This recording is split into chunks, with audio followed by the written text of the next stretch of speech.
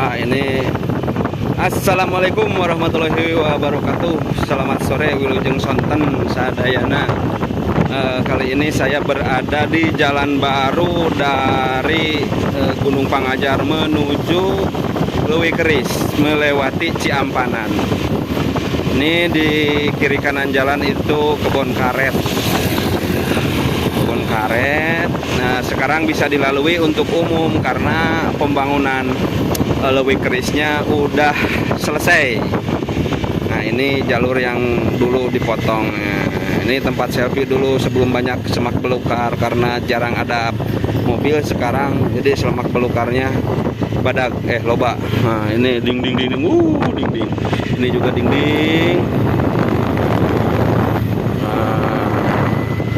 Nanti di bawah itu ada jembatan yang fenomenal yang katanya walaupun siang hari apalagi sore hari menjelang maghrib itu di depan ada terlihat jembatan, ada fenomena penampakan sebuah atau seekor kuntal.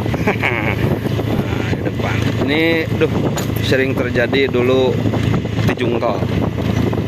Ini jembatannya nih menuju Leuwi Keris, bagus kan?